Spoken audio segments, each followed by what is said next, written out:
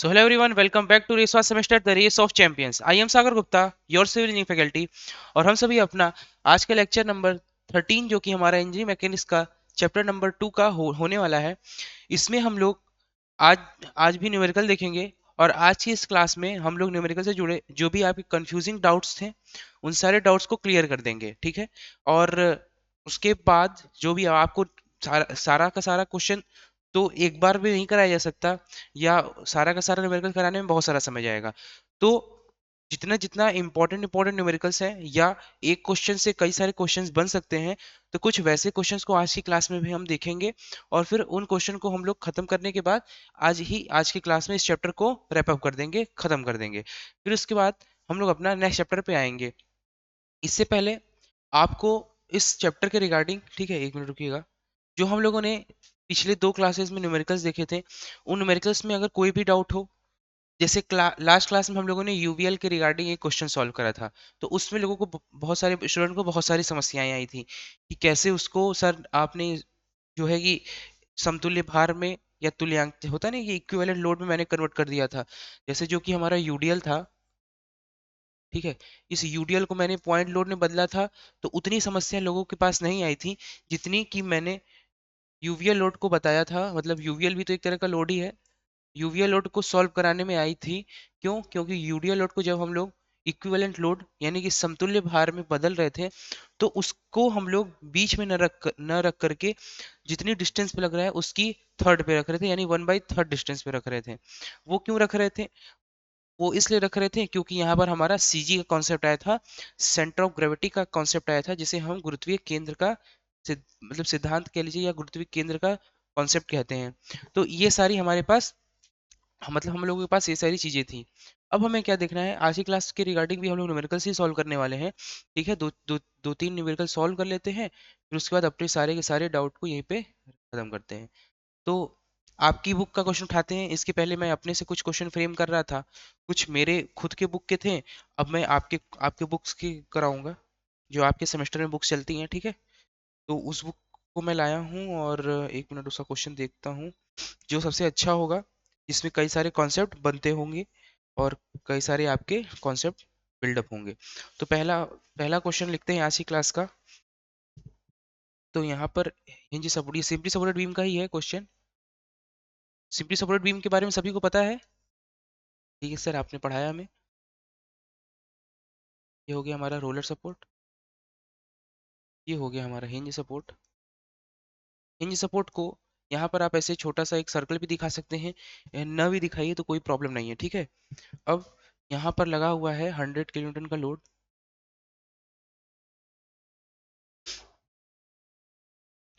यहाँ पर है 100 किलो न्यूटन का लोड, और एक यहाँ पर लगा हुआ है 40, ठीक है, 40 न्यूटन का जनरल लोड। तो जनरल लोड क्या होता है ये बताते हैं। डिग्री इंक्लाइंड है और ये हमारा 20 न्यूटन और 100 न्यूटन का ये है, और यहाँ पर इसके एज पर लगा हुआ है, यहाँ पर, क्योंकि क्षैतिज तल से 60 डिग्री यानी कि हॉरिजॉन्टल से 60 डिग्री इंक्लाइंड है। टोटल लोड की वैल्यू है 60 न्यूटन, और यहाँ किस पॉइंट पे लग रहा है, तो पॉइंट ए पर लग रहा है। यहाँ पे क्या पॉइंट दिया हुआ है हमें, तो यहाँ पर पॉइंट बी दिया हुआ है। डिस्टेंस फाइंड कर लेते हैं हम लोग। तो 1 मीटर, 1 मीटर, ठीक है, कहाँ से कहाँ तक 2 मीटर है, देखिए यहाँ से लेकर के यहाँ तक तो 2 मीटर है, 2 मीटर की डिस्टेंस है। बाकी सारी की सारी डिस्टेंस जो है हमारी 1 मीटर है, ठीक है। ये भी 1 मीटर है और ये भी 1 मीटर। तो ये सारी डिस्टेंस हमें दे दी गई है। अब फाइंड क्या करना है, तो बोला है कि दिखाए गए दिए गए इमेज में हमें क्या करना है, ए और बी पर प्रतिक्रियाएं फाइंड करनी है। यानी कि वही, जब भी मैं फिगर बना दूं या आपके एग्जाम में क्वेश्चन आ रहा है, तो आपको ये क्वेश्चन पढ़ना ही नहीं चाहिए कि फाइंड क्या करना है, एटलीस्ट ये तो पढ़ना ही नहीं चाहिए। फिर भी अपनी तसल्ली के लिए आप पढ़ सकते हैं। क्यों? क्योंकि अब आपको इतने सारे हम लोगों ने न्यूमेरिकल की प्रैक्टिस कर ली है, तो आपके दिमाग में एक इमेज बन जानी चाहिए। नहीं, कहीं भी फिगर बना है तो तुरंत हमें क्या करना है कि हम लोग को तुरंत प्रतिक्रिया फाइंड करनी है, रिएक्शन फाइंड करना है। क्लियर? तो हम लोग को ये क्लियर हो गया कि सर अब हमें कुल मिलाकर के रिएक्शंस फाइंड करने हैं, ठीक है। तो रिएक्शन जब फाइंड करने हैं हमें, तो इन रिएक्शन को फाइंड करने के लिए हमारे पास बहुत सारे कॉन्सेप्ट थे। सर अभी तक आपने लोड लगाए थे, इसके पहले हम लोगों ने कई सारे न्यूमेरिकल सॉल्व किए।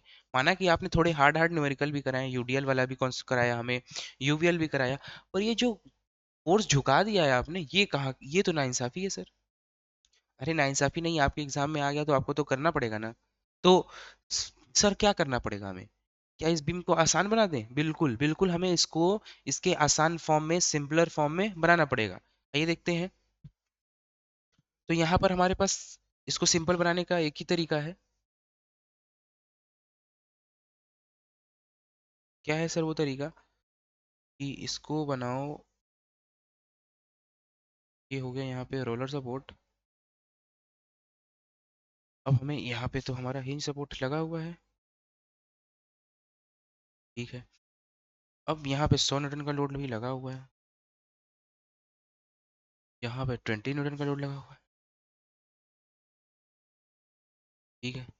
अब ये जो मैं बोल रहा था कि इंक्लाइंड लोड, जब भी ऐसा कोई लोड जो कि इंक्लिनेशन पे हो विद हॉरिजॉन्टल, जैसे ये हमारा 30 डिग्री झुका हुआ है, इससे हॉरिजॉन्टल सरफेस से या इस बीम से, तो 30 डिग्री पे ये झुका हुआ है, तो जो लोड किसी न किसी एंगल पे झुके हुए होते हैं उसे क्या बोलते हैं, मतलब किसी न किसी एंगल पे बने हुए होते हैं, तो उन्हें क्या बोलते हैं? उन्हें जनरल लोड बोलते हैं। इसका ये डेफिनेशन बिल्कुल भी गलत है कि किसी न किसी एंगल पे झुका हुआ हो। हालांकि इसका नेचर यही है कि झुका हुआ होता है, पर वो लोड, जैसे ये लोड है हमारा, वैसा भार या वैसा लोड जो कि हॉरिजॉन्टल और वर्टिकल, क्षैतिज तल और ऊर्ध्वाधर तल में अपना प्रभाव डालता है, वैसे बल को हम जनरल लोड कहते हैं, ठीक है। तो जनरल लोड की डेफिनेशन लिख देंगे, सामान्य भार किसे कहते हैं। तो समझ में आ गया, ये जनरल लोड है।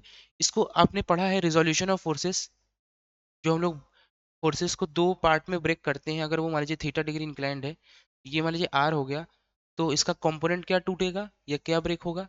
यहाँ आएगा आर कॉस थीटा, और यहाँ जाएगा r sine theta, r cos theta और आर साइन थीटा। तो दिखा देखा आपने हमारे पास, ये इसको कैसे सॉल्व करेंगे? तो सेम वही केस हम लोग यहाँ लगाएंगे।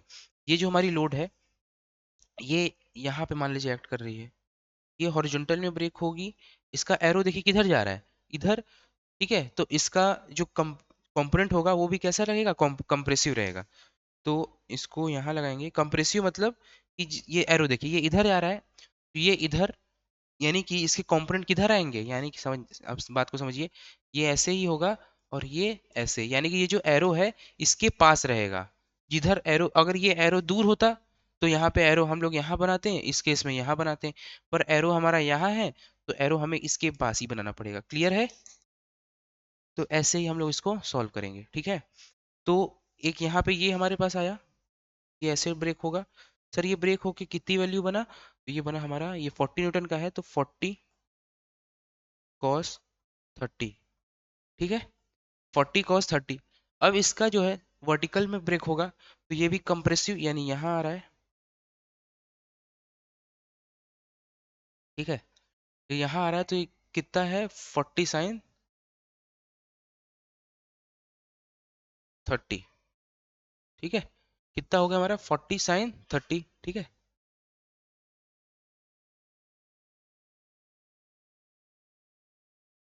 ठीक है, तो ये हो गया हमारे पास। अब सेम केस हमें यहाँ भी करना है। यहाँ पे क्या अप्लाई करना है? तो ये हमारा ब्रेक होगा, इसका देखिए, इसका भी एरो यहाँ पर जैसे इसका पास में आ रहा था, वैसे इसका भी एरो इसके पास, यानी नीचे ही रहेगा, ठीक है।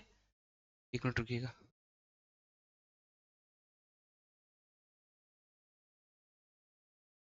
ठीक है ना? तो यही हमें करना है यहाँ पर भी। तो यहाँ पर ये होगा हमारा, यहाँ पे ये आएगा हमारा 60 कॉस 60, 60 कॉस 60।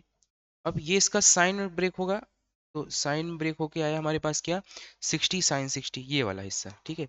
ये कितना आ रहा है सर हमारा, ये वाला पोर्शन, ये आ रहा है 60 साइन 60। क्लियर? अब हमें रिएक्शन फाइंड करना है, यहाँ पर आर ए, और यहाँ पे ए नाम दिया गया है, यहाँ पे बी नाम दे देते हैं। ये हो गया हमारा आर बी, यानी कि दो फोर्सेस हो गए हमारे पास। अब सिंपल सा इसको नेक्स्ट पेज पे करते हैं और इसको आसान बनाते हैं। तो हमारा यहाँ पे हिंज सपोर्ट था,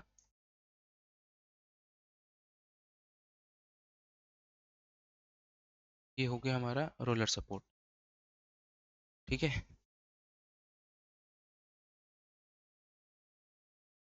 ठीक है सर। अब हमें क्या करना है, तो हमें यहाँ पे आर ए और हमें यहाँ पे आर बी प्रतिक्रियाएं फाइंड करनी है। ठीक है, लोड हमारे हमारे दिया हुआ है, हमें यहाँ पे लग रहा है 60 साइन 60 का वैल्यू होता है √3/2। अगर हम लोग यहाँ पे 60 × √3/2 करते हैं तो ये होता है हमारा 30√3। तो यहाँ पर जो वर्टिकल लग रहा है वो लग रहा है हमारा 30√3।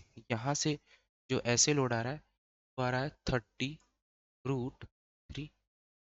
यहाँ पर कुछ ऐसे लोड लग रहा था जो कि था 60 cos 30।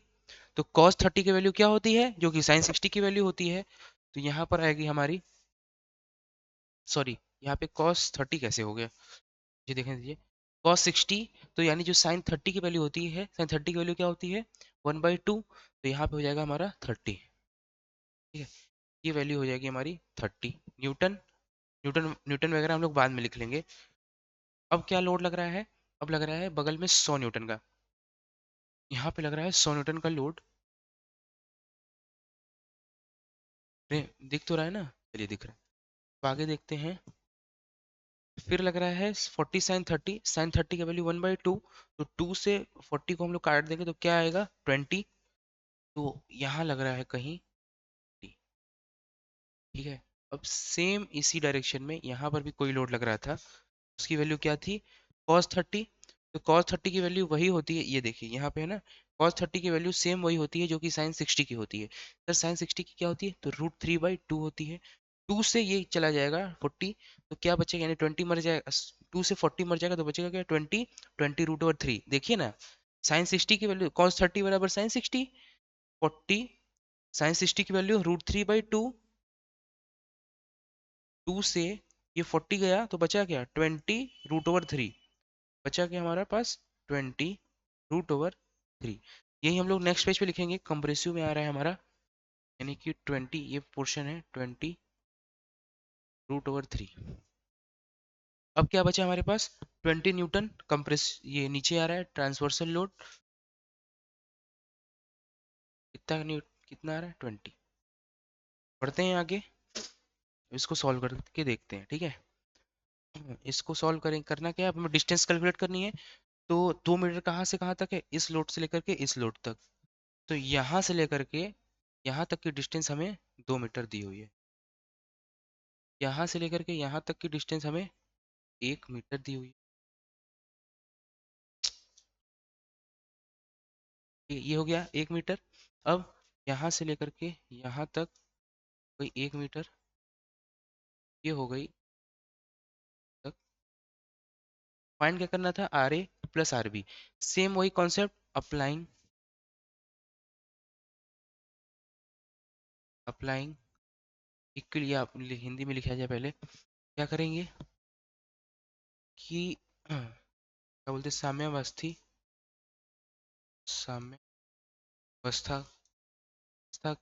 की समीकरण,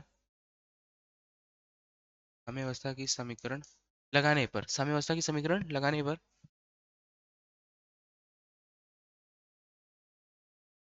ठीक है, तो साम्यावस्था की इक्वेशन क्या होती है, यानी applying the condition of equilibrium या equation of equilibrium, applying equation of equilibrium.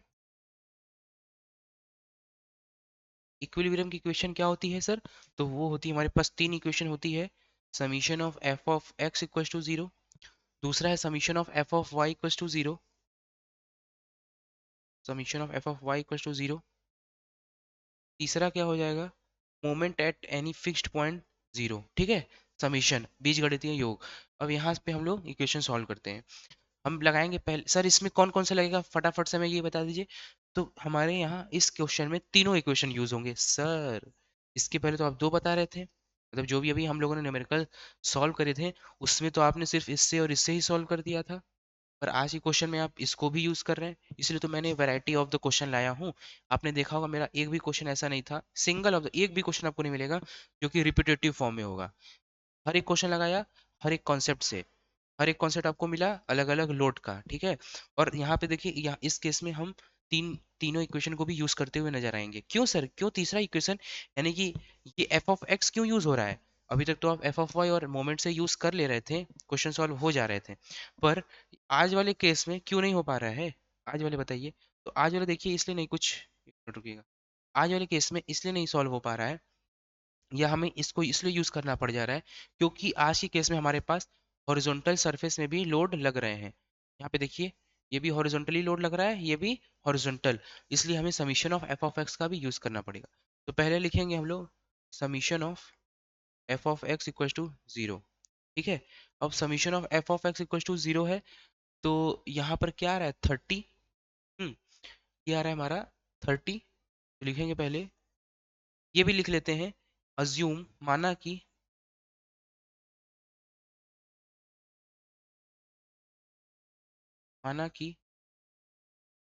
जो फोर्स राइट साइड में जा रही है,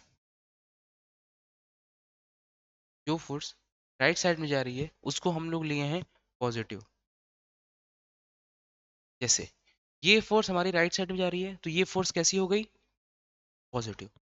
ये फोर्स हमारी बाएं हाथ में जा रही है यानी कि लेफ्ट हैंड साइड में जा रही है, इसको हम लोग ले लेंगे नेगेटिव। किसी को भी पॉजिटिव नेगेटिव मान सकते हैं, किसी को भी, पर अगर किसी एक को पॉजिटिव मान रहे हैं तो दूसरे को नेगेटिव मानना पड़ेगा, ठीक है। मैं चाहूं तो जो फोर्स, जैसे यहाँ पे मैंने जो राइट में जा रही है उसको पॉजिटिव लिया, मैं इसको नेगेटिव भी ले सकता हूँ, ठीक है। पर अभी देखिए यहाँ पे, और जो फोर्स हमारी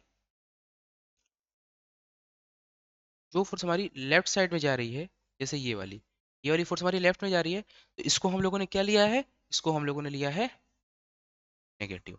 दोनों को अपोजिट कर सकते हैं, या तो इसको नेगेटिव ले लो या तो इसको पॉजिटिव ले लो, ठीक है।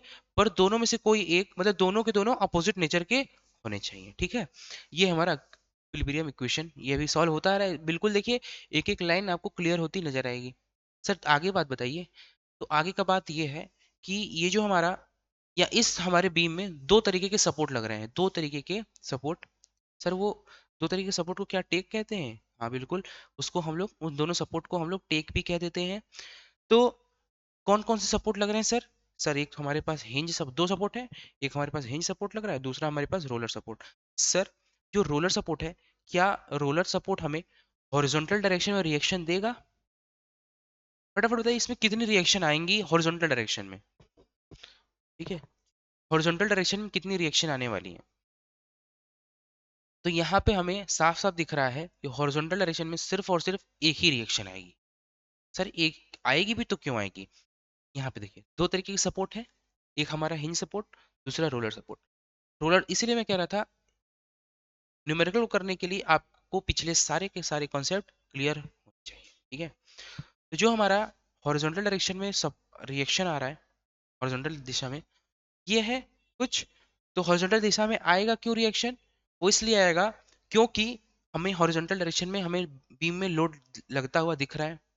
रिएक्शन डिपेंड करता है बीम पर लग रहे लोड के ऊपर। अगर बीम पे लोड लग रहा है तभी रिएक्शन भी आएगा, अगर लोड नहीं लग रहा है तो रिएक्शन नहीं आएगा। बातें क्लियर हो रही हैं? समझ में आ रहा है कुछ? कहने का मतलब ये है कि अभी तक हम लोगों ने इतने सारे न्यूमेरिकल सॉल्व किए हैं, तो उसमें अभी तक तो हॉरिजॉन्टल रिएक्शन का मतलब कोई सर ने बात नहीं करी थी। आज सर बात कर रहे हैं हॉरिजॉन्टल रिएक्शन की। तो ये सारी बातें हो क्यों रही हैं? इच्छाएं हैं ना, ये जो इच्छाएं हैं, हमारी इच्छा क्यों बढ़ गई है हॉरिजॉन्टल रिएक्शन फाइंड करने की? ये तो तुम्हारी इच्छा थी ना कि सर, सर ने वर्टिकल बता दिया तो वर्टिकल से सॉल्व करते हैं, दो इक्वेशन लगाते हैं, वाई वाला समीशन एफ वाई, और दूसरा है हमारा मोमेंट, इसी सॉल्व हो जा रहा था। पर आज सर ने अपनी इच्छाएं बढ़ा क्यों दी? क्यों हमें हॉरिजॉन्टल को भी यूज करना पड़ा? वो इसलिए क्योंकि सर ने एक और लोड लगाया है, हॉरिजॉन्टल लोड, ठीक है।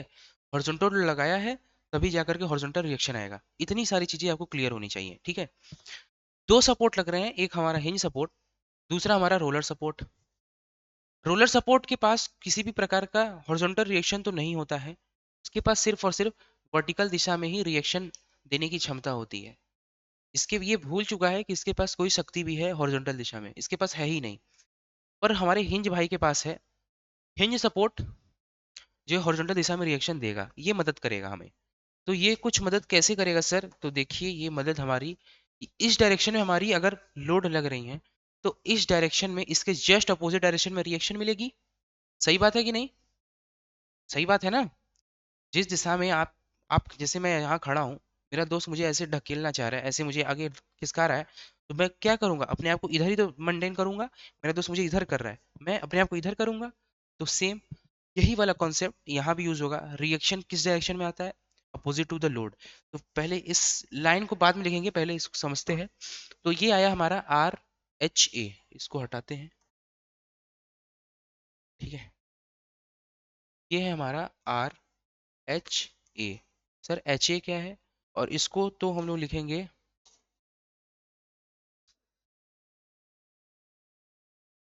इसे हम लोग लिखेंगे आर वी ए। सर इसका मतलब क्या है? R h a, r v a. R v a का मतलब है reaction at support a in vertical direction, यानी कि ए सपोर्ट पर प्रतिक्रिया ऊर्ध्वाधर दिशा में। ठीक है, आरवीए का मतलब। और आर एच ए का मतलब है reaction eight the support a in horizontal direction, यानी कि ए सपोर्ट पर प्रतिक्रिया इन क्षैतिज डायरेक्शन या क्षैतिज दिशा में ए सपोर्ट पर प्रतिक्रिया। तो आर एच ए की वैल्यू, ठीक है, अब हम लोग यहाँ से आर एच ए की वैल्यू फाइंड करेंगे। तो यहाँ लिखेंगे आर एच ए हमारा किधर जा रहा है? लेफ्ट डायरेक्शन में जा रहा है। तो यहाँ पे देखिए लेफ्ट को हमने क्या माना है? नेगेटिव। तो यहाँ लिखेंगे हम लोग, या पहले इधर से सॉल्व करते हैं। पहले क्या आ रहा है हमारे पास? पहले आ रहा है 30 सर, तो पहले 30 को देखते हैं। 30 आ रहा है हमारा राइट साइड में, यानी कि आरएचएस में जा रहा है, दाहिने हाथ में जा रहा है। तो ये हम इसको लेंगे पॉजिटिव। फिर हमें क्या दिख रहा है? जो दिखेगा उसी को यूज कर लेंगे। ये लेफ्ट में जा रहा है तो लेफ्ट को हमने लिया है नेगेटिव, तो माइनस का आर एच ए। क्लियर? अब फिर हम आगे बढ़े, कुछ बीम पे कुछ दूर आगे बढ़े। तो आगे बढ़ते ही दिखा हमें कौन? सर 20√3। और इस 20√3 की वैल्यू क्या है? नेगेटिव। क्यों? क्योंकि ये लेफ्ट साइड में जा रहा है, दिख रहा है ना, एलएचएस में जा रहा है। ये हो जाएगी हमारी माइनस का 20√3। फाइंड क्या करना है हमें? Are h a. Are h A find करना है। तो आर एच ए को उधर या इधर ही रहने देते हैं, माइनस का आर एच ए इधर जाएगा तो पॉजिटिव का ये हो जाएगा हमारा 20√3, और नेगेटिव का हो जाएगा माइनस का 30। अब यहाँ पे हम लोग माइनस आर एच ए लिखेंगे, और 30 में से 20√3 को माइनस कर देंगे। तो आइए इसको माइनस करते करने पे क्या मिलता है हम ये देखते हैं।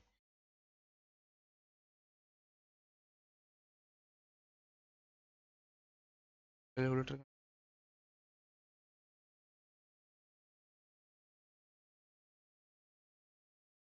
क्या आ रहा है हमारा? 30 माइनस,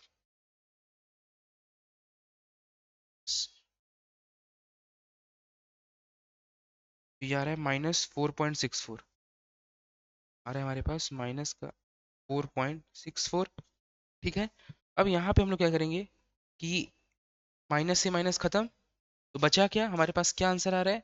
तो आर एच ए की वैल्यू आ रही है 4.64। ठीक है, 4.64 आ रही है। तो ये हमारे पास कुछ, हमारे ये कॉन्सेप्ट, मतलब हॉरिजॉन्टल डायरेक्शन में कैसे फाइंड किया जाता है लोड को, ये हमने देख लिया। अभी आपको कुछ इसके रिगार्डिंग कुछ भी पूछना है या कुछ इसमें समझ में नहीं है तो आप, मैं स्क्रीन से हट जाता हूँ, आप तब तक इसको देखिए, इसको सॉल्व करिए, या कुछ डाउट हो तो अपने हिसाब से लिख लीजिए, फिर कमेंट बॉक्स में आप पूछ लीजिएगा। ठीक है, देखिएगा।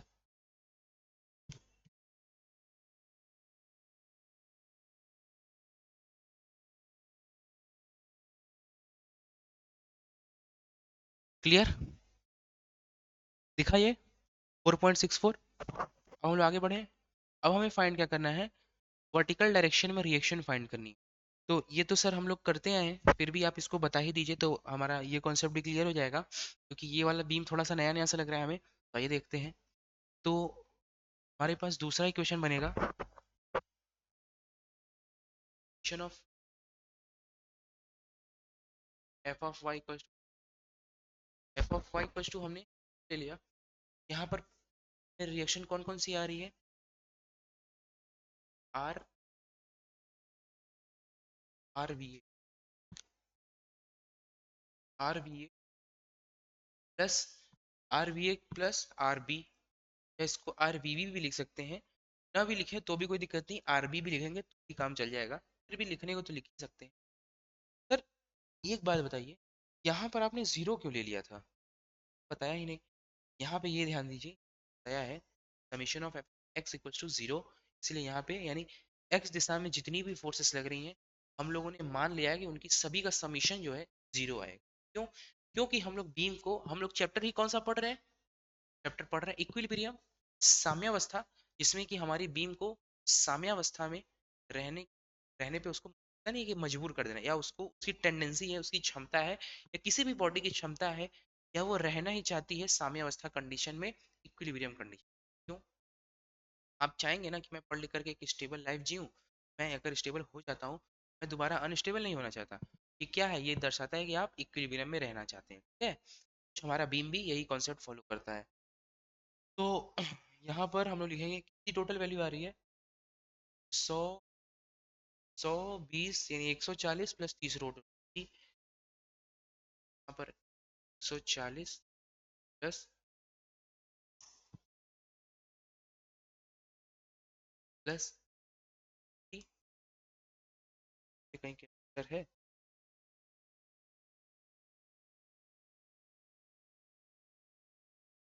हमारे पास, हमारा कितना समझदार है, कैलकुलेटर भी यहीं पर है, कैलकुलेटर पे आने की जरूरत।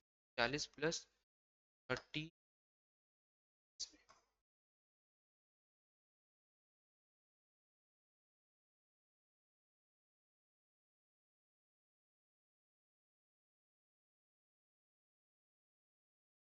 3,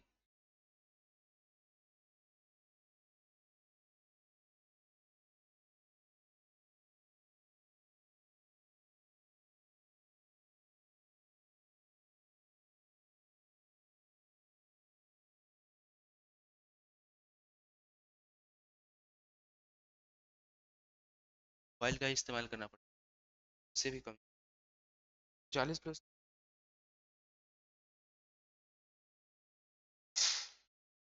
30 प्लस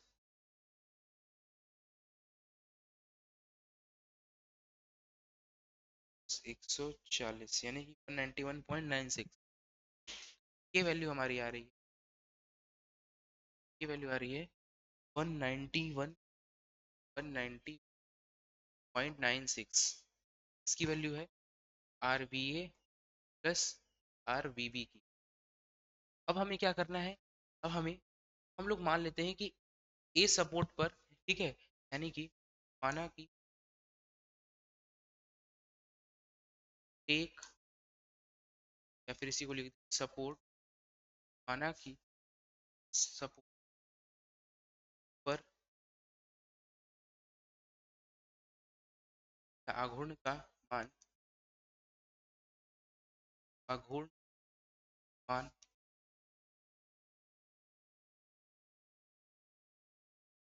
आघूर्ण का मान क्या है? शून्य है। अब लिखेंगे लेट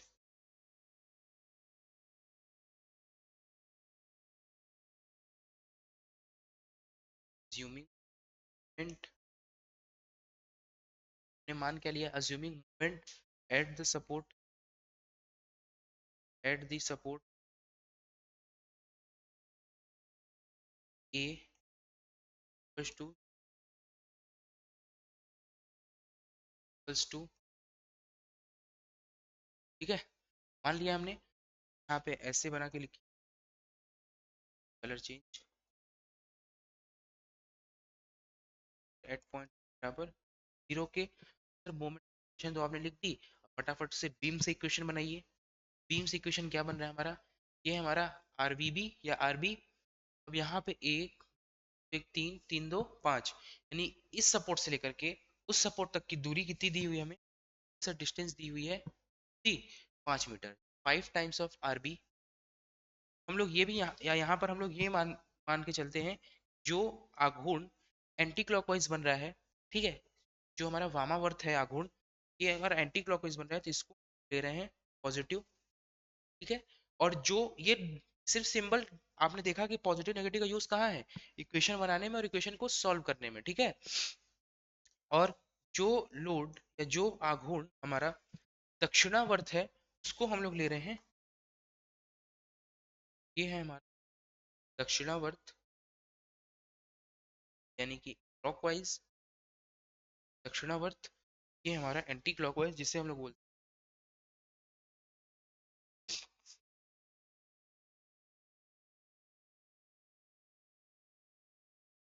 हमारा दक्षिणावर्त आघूर्ण। ठीक है। ये हमारे साथ कॉन्सेप्ट है। अब आगे बढ़ते हैं। सर पहला आपने बताया था 5 टाइम्स ऑफ आरबी कुछ लिया था आपने, 5 इन आरबी। सर इसको आपने पॉजिटिव क्यों लिया? क्योंकि ये वाला जो लोड है आरबी, इसकी वजह से जो आघूर्ण या मोमेंट उत्पन्न हो रहा है, जनरेट हो रहा है, वो हमारा एंटी क्लॉकवाइज है। और एंटी क्लॉकवाइज मोमेंट को, यानी कि वामावर्त आघूर्ण को हमने पॉजिटिव ले रखा है। अब देखते हैं अगला लोड कौन सा है। अब सारा का सारा हमें नेगेटिव ही मिलेगा, तो हम लोग अब दोबारा नेगेटिव पॉजिटिव पे चर्चा नहीं करेंगे, सीधे बात करेंगे। 20, फिर 20 से यहाँ 2 2 4, इस गुड़े माइनस का 20, फिर माइनस लगाएंगे, फिर माइनस का 20 माइनस का 20 यस, 100 दिख रहा है ना, 100 सॉरी 100 × 1 माइनस का 100 फिर माइनस लगाएंगे तो यहाँ पे आ जाएगा 31 बराबर 0। सर बार बार जीरो क्यों लिख रहे हैं आप? ये हमें तो आज तक समझ में नहीं आया। इतने सारे क्वेश्चन लगा लिए पर जीरो वाला कॉन्सेप्ट हमें क्लियर ही नहीं हो रहा है। अभी कुछ देर पहले ही हमने जीरो वाला कॉन्सेप्ट बताया था कि हमारी बीम या हम कोई भी इक्विलिब्रियम कंडीशन में रहना चाहता है, और इक्विलिब्रियम कंडीशन में रहने के लिए वो जीरो, यानी हमारे पास कौन कौन सी कंडीशन थी इक्विलिब्रियम की, कि जितने भी फोर्सेस एक्स दिशा में लग रहे हैं उनका बीजगणितीय योग जीरो होना चाहिए। जितने भी बल या जितने भी फोर्स वाई दिशा में लग रहे हैं उनका बीजगणितीय योग, जो लगा है सिग्मा ना, ये आपको डिनोट करता है कि ये हमारा सिग्मा है जो कि बीजगणितीय योग का सिंबल है। तीसरा, जितने भी फोर्सेस बॉडी पे लग रहे हैं के कारण उत्पन्न जो आघूर्ण होंगे का बीजगणितीय योग शून्य के बराबर है। ठीक है। तो 30 सही है। अब लगभग हम लोगों ने सॉल्व कर ही लिया है, फाइनल डिसीजन यहाँ पे लिखेंगे 5 आरबी माइनस का 80 माइनस का 80 माइनस का 40 माइनस का 100 माइनस का 30 30 √3 बराबर का 0। ठीक है। अब हम लोग इसको सॉल्व करेंगे। सर सॉल्व करके फाइंड क्या कर रहे हैं हम लोग? करके find R A, are B A और आर बी की वैल्यू। ठीक है, फटाफट से सॉल्व करते हैं।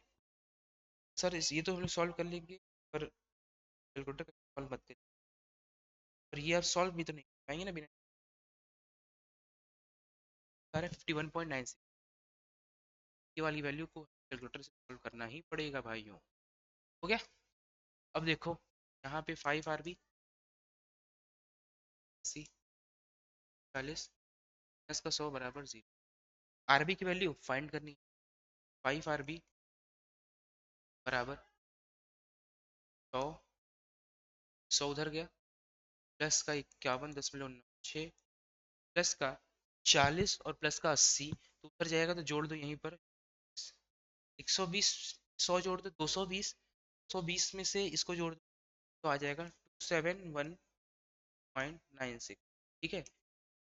कैलकुलेशन में कोई एरर की तो उसके लिए क्षमा, पर जो मतलब calculation should be respected to check, but concept आपका क्लियर होना चाहिए। यहाँ पे आरबी की वैल्यू यहाँ पे 5 चली गई, आरबी की वैल्यू आएगी यहाँ पे हम लोग सॉल्व करेंगे तो आएगा हमारा, ये 5 टाइम में जाएगा, फिर 5 टाइम में जाएगा, फिर हम लोग अगर मान लीजिए 0 बढ़ा देते हैं, 5 25 25 5 4 क्या जाएगा, जाएगा, जाएगा फिर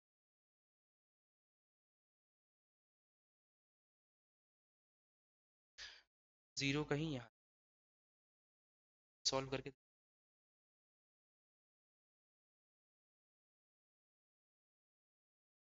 यार। क्वेश्चन है मेरा, क्वेश्चन मेरी है, सही आई, ये हो गई। अब हम क्या सर क्वेश्चन सॉल्व हो गया? अभी नहीं, अभी नहीं सॉल्व हुआ है, अभी हमने आरबी की वैल्यू सिर्फ सॉल्व करी है, कि हमें आरबीए की भी वैल्यू सॉल्व करनी है। सर आरबीए की वैल्यू कैसे सॉल्व होगी? होगी ना, क्यों घबरा रहे हैं आप, मैं हूं ना यहाँ। यहाँ पर हमने आरबीए प्लस आरबीबी की वैल्यू ये निकाली है, आरबीए प्लस आरबीबी टू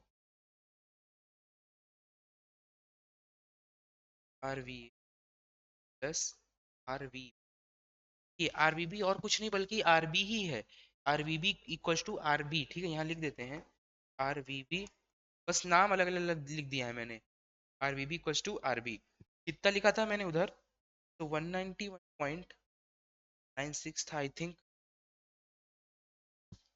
बिल्कुल। अब यहाँ पे हम लोग आरबीए की वैल्यू फाइंड करेंगे, प्लस 54.39 प्लस टू 191। अब यहाँ से आरबीए की वैल्यू निकल, यहीं लिख देते हैं, ज़्यादा पेज नहीं बर्बाद करेंगे सर, बस पेजेस जो हैं कॉम्बो ट्री लिखते हैं, RBA equals to 191.96 minus 54.392 point. ऐसे ही सॉल्व करेंगे या कैलकुलेटर से कर दे? ऐसे ही सॉल्व लग रहा है, जाएगा हमारा, जाएगा हमारा 6, जाएगा हमारा 5 पॉइंट, फिर आएगा हमारा 7, क्या क्या क्या हमारा आंसर हो गया, ठीक है। तो ये हमने इस क्वेश्चन को फाइनली सॉल्व कर लिया है, वैल्यू क्या निकाली है, किसकी निकाली है, आरबीए की ठीक है। इस क्वेश्चन में हमने तीन चीजों को फाइंड किया, आरबीए, आरवीबी और आरएच, ठीक है, आरवीएच।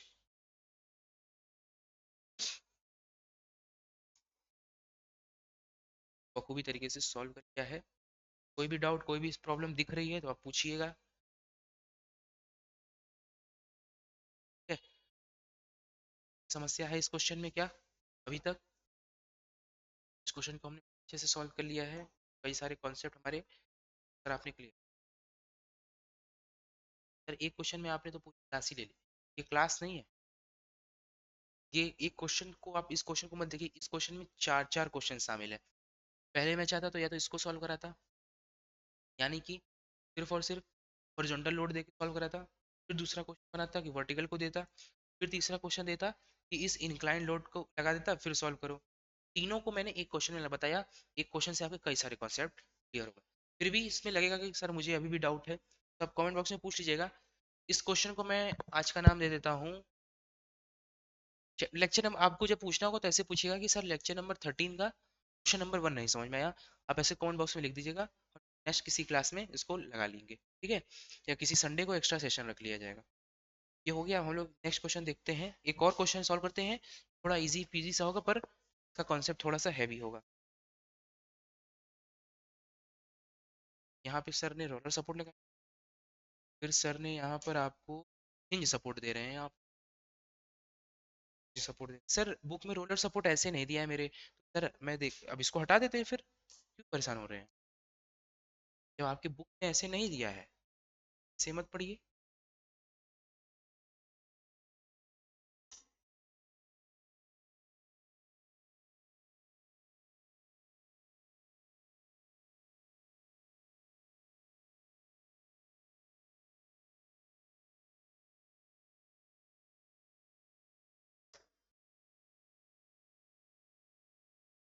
यहाँ पे छोटा लगा दीजिए,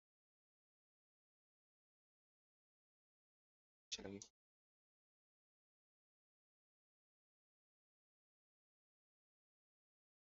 ये सर बहुत अच्छा लग रहा है आप पढ़ा रहे हैं तो।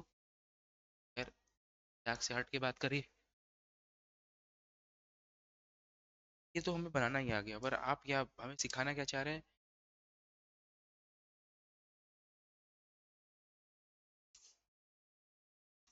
ठीक है।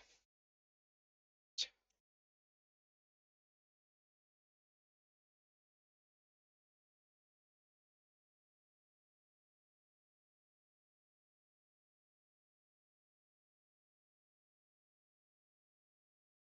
ठीक है। इस बीम को भी थोड़ा सा मोटा अच्छा खासा दिखा दिया जाए। अब सर आप इस पे करने क्या वाले हैं? अब इस पे हम लोग लगाएंगे तो क्या कौन सा लोड लगा दे फटाफट बताइए।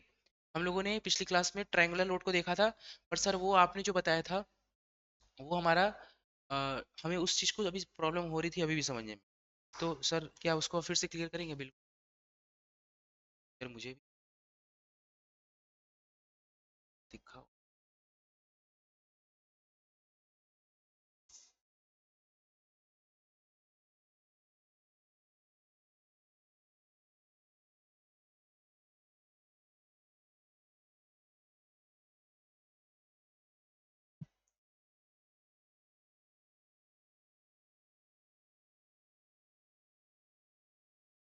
सही कैसे करके फिक्स कर ही दे।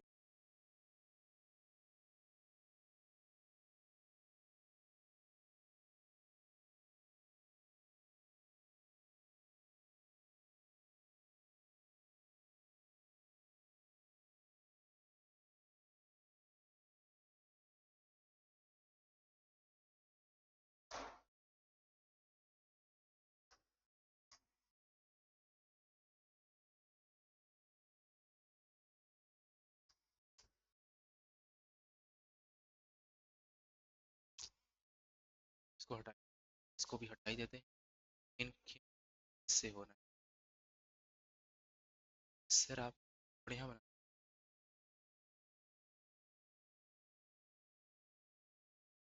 ठीक है, ये है हमारी बीम, और बीम के ऊपर ट्रायंगुलर लोड लगा हुआ है। ठीक है, ये बीम ट्रायंगुलर नहीं है, इस बीम के ऊपर ट्रायंगुलर लोड लगा हुआ है हमारा। ठीक है, तो अब हमें सर करना क्या है? अब हम लोग इसमें इक्विवेलेंट लोड निकालेंगे।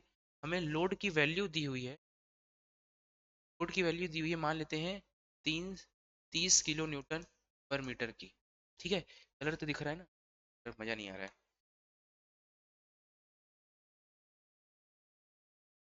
ये है 30 किलो न्यूटन पर मीटर। ये हमें लोड की वैल्यू दी हुई है। इस बीम की टोटल लेंथ हमें 8 मीटर दी हुई है। बीम की टोटल लेंथ हमें 8 मीटर दी हुई है। और अब क्या हमें दिया हुआ है, तो क्या हुआ है, रेड कलर दिख, इसकी हमें पता है, सर ने कल क्लास में बताया था कि ये जो एक्ट करता है अपने सीजी पे करता है, और इसकी सीजी इस एंड से जिधर बहुत भारी भारी सा दिख रहा है, इधर से h/3, और जिधर थोड़ा कम कम पोर्शन है, सर इसका मतलब क्या होता है, कम और ज्यादा क्या होता है? तो इसकी इसी डिस्टेंस यहाँ से यहाँ तक 2h/3 होती है। सर ऐसे कैसे आप सॉल्व कर दे रहे हैं, h 2h कुछ समझ में नहीं आ रहा है। देखिए मैं क्या बोल रहा हूँ, इस ट्रायंगल में दो सिरे हैं, एक सिरे पर थोड़ा ज्यादा एरिया यानी ज्यादा हाइट है, एक सिरे पर बिल्कुल जीरो हाइट है या खत्म है, वहां पे कुछ है ही नहीं। तो ज्यादा हाइट से लेकर के सीजी तक की दूरी h/3 होती है। सर वो h की वैल्यू क्या है, टोटल यहाँ से लेकर के यहाँ तक की डिस्टेंस हम लोग h मान रहे हैं। अगर हमें यहाँ से लेकर के यहाँ तक की डिस्टेंस अगर h दी हुई है, तो यहाँ से लेकर के यहाँ तक की डिस्टेंस 2h/3 होगी। कैसे सर? ऐसे देखिए, जो h है, यहाँ से लेकर के यहाँ तक की वैल्यू h ये दी हुई है h/3। मान लेते हैं कि इसको हम लोग बोल रहे हैं d, लोग बोल रहे हैं यहाँ से लेकर के यहाँ तक के डिस्टेंस को स्मॉल d बोल रहे हैं, इसकी वैल्यू है h/3। अब हमें इसकी इसकी वैल्यू फाइंड करनी है, यानी यहाँ से लेकर के यहाँ तक। तो यहाँ लिखते हैं, मान लीजिए इसकी वैल्यू हमें, यानी d प्लस डी डैश बराबर हमें दिया हुआ h। सर आपने d की वैल्यू यहाँ पे लिख रखी है h/3, तो यहाँ पे हो गई h/3 माइनस का d dash equals to h। d dash बराबर h माइनस का h/3। तो यहाँ पे सॉल्व करेंगे, आ जाएगा h/, प्रूव्ड। कोई क्लियर है, कोई डाउट है इसमें? ये वाला हमारा सर कॉन्सेप्ट आपने क्लियर करा दिया, h/3 वाला। बिल्कुल क्लियर हो गया। ये तो आपने क्लियर करा दिया। अभी क्वेश्चन सॉल्व कराइए। तो मैंने बोला था जब ये क्वेश्चन हो तो इसमें हमारा टोटल या equivalent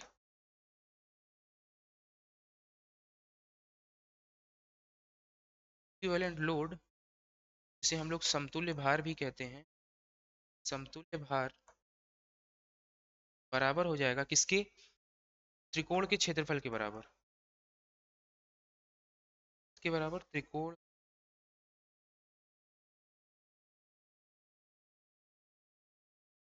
area of the triangle के बराबर। टोटल लोड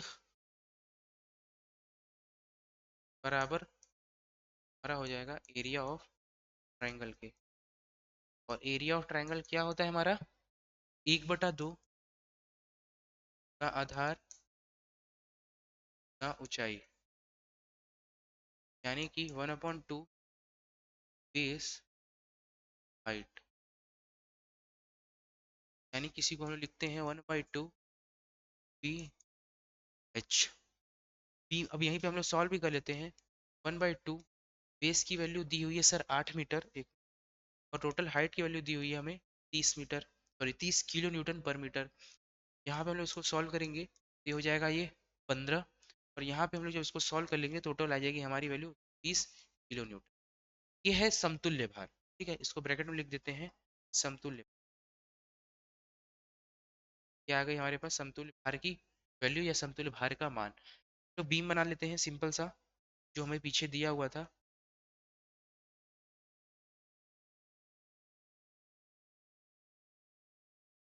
समतुल्य भार यहाँ से यहाँ तक किस डिस्टेंस पे लगेगा? तो 8/3। टोटल बीम की लेंथ कितनी हमने मान रखी है? हमने मान रखी है 8 मीटर। तो इसका 8/3 करेंगे, यानी h/3 इक्वल्स टू यहाँ पे 8/3 होगा। तो 8/3 की वैल्यू सॉल्व करेंगे तो 3 1 जा, अरे सॉरी 3 2 जा 6, 2.67 डिस्टेंस पे एक्ट करेगा। कहाँ से? यहाँ से। तो ये जो वैल्यू है हमारी 2.67 पे, ये समतुल्य भार हमारा कार्य करेगा कहाँ पर? इस पोर्शन। कितना आ रहा है? तो 120 एक्ट लोड एक्ट कर रहा है। ठीक है, तो क्या sir r A R b find कर ले? वो तो आपका काम है ना, ये होमवर्क है। आर ए आर बी ये मैं देखूंगा कमेंट बॉक्स में, इसका वैल्यू कौन बताएगा, कौन कौन आंसर करेगा। आर ए और आर बी की वैल्यू फाइंड करके बताइएगा।